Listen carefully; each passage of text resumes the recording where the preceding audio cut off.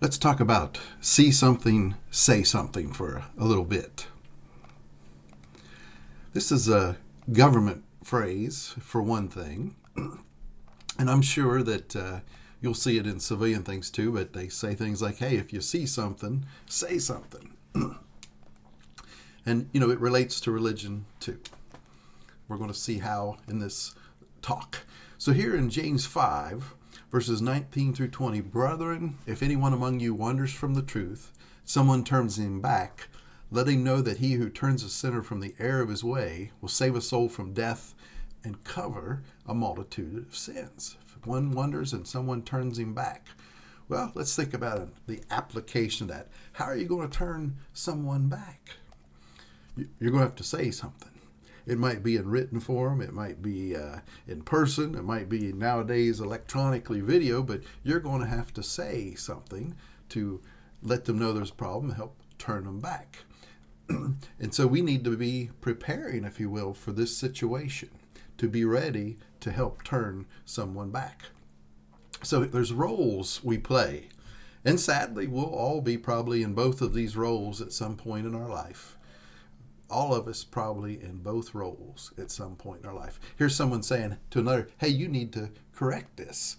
And maybe this other person says, I've seen you do that same thing. So here, this person, his role, he needs to say something if he sees something wrong. And here's person, in one of our earlier talks, needs to listen, even if the guy talking's a hypocrite or has some problems of his own. If he's correct, we need to listen. But another thing, each one of us, as we go to correct another, needs to be living the best we can in a holy manner so that others will listen to us and have a reason to accept our guidance and things of that nature. Let's look at another verse here. Galatians 2, verses 11 through 14. When Peter had come to Antioch, I withstood him to his face because he was to be blamed. For before certain men came from James, he would eat with Gentiles. But when they came, he withdrew and separated himself, fearing those who were of the circumcision. And the rest of the Jews also played the hypocrite with him, so that even Barnabas was carried away with their hypocrisy. But when I saw that they were not straightforward about the truth of the gospel, I said to Peter before them all, if you, being a Jew, live in the manner of Gentiles and not as the Jews, why do you compel Gentiles to live as Jews? We see Paul confronting Peter, if you will, correcting him here. Well, Peter's response, was Paul right to confront Peter? Some people would say, shouldn't be doing that, shouldn't be judging him. Do you think Peter said, hey, quit judging me? You think that's how he responded to that? Often people misapply Scripture and say, you can't judge me, or don't you be judging me. I'm confident Peter probably took that reprimand and made corrections from what Paul told him. So here's one of the verses they misapply.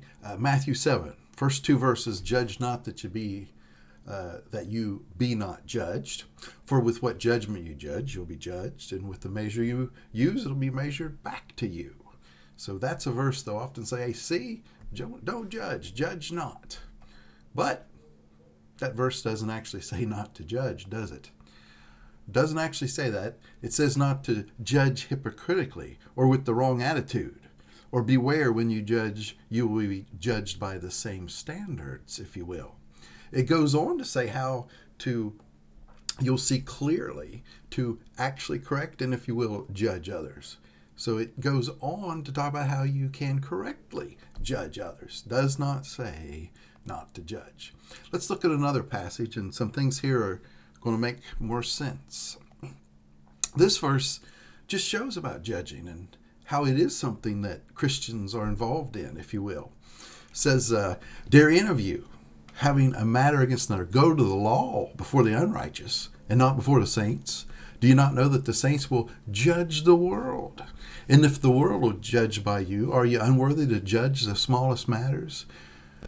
Do you not know that you'll judge angels?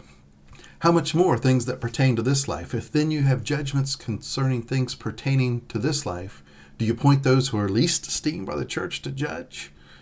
I say this to your shame. Is it so that there's not a wise man among you, not even one who's able to judge between his brethren? So we see it being said that judging is part of the role of a Christian.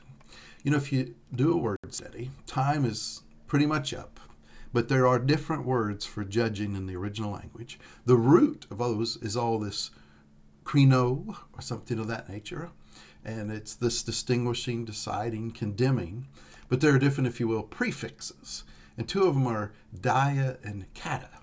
Now, in our verse in Matthew, it didn't have that kata, but the concept is here that dia is a word that we find in other scriptures that we're specifically told to do. And we'll find that that means to see through to the truth. Whereas a kata is similar to that hypocritical judging that Matthew's book was talking about there. Again, it didn't use that word, but this looking down and condemning. Let's look at those words, the dia and the kata. The dia, I didn't see in the original definition that, and I wanted to make sure the person I was hearing from was correct. And sure enough, I did find that dia in the Greek means to pass through, going, thoroughly and completely through something. And that kata prefix, which you will find instances of that word in the scriptures, does mean down and being against and in a condemning manner.